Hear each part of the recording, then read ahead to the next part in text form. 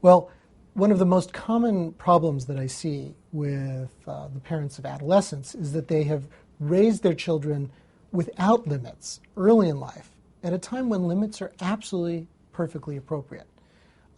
Because if a child doesn't learn to eat from his parents, he's going to learn habits from our fast food culture, television advertising, and the other unhealthy influences around.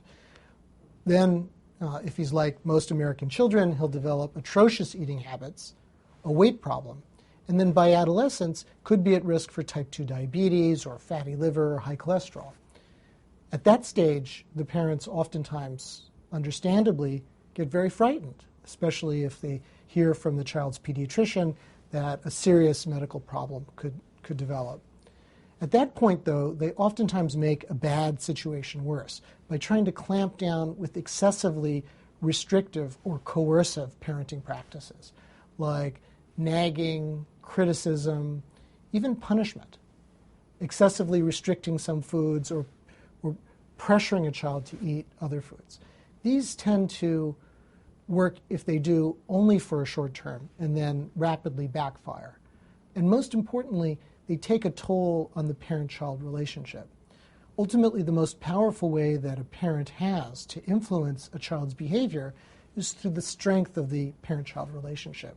As long as a teenager and a parent are putting most of their energy into fighting each other, there's very little energy left over to actually deal creatively with the weight problem. So the first step is to back off of that.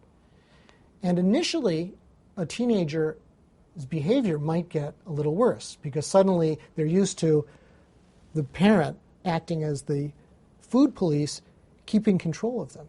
And so when you take off that level of control, they may go a little bit wild for a few days or a few weeks.